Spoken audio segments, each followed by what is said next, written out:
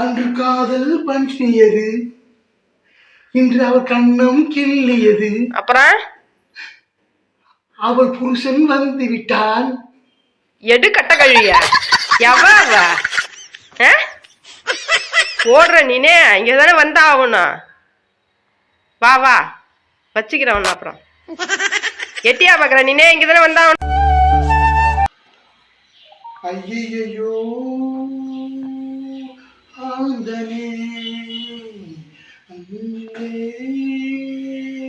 ஆரம்பமே.